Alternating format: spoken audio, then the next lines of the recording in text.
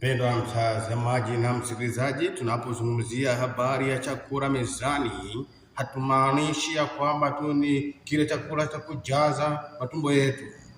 Ni wasaa wa kushukuru, ni wasaa wa kutafakari. Unapokaa mezani, tafakari baraka za Bwana alizokupatia.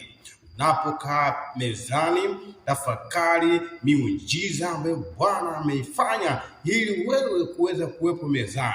Na kwa namna ya pekee tunakukaribisha katika tafakari ambazo zilikuwa zikiendelea kuhusiana na habari ya chakula mezani.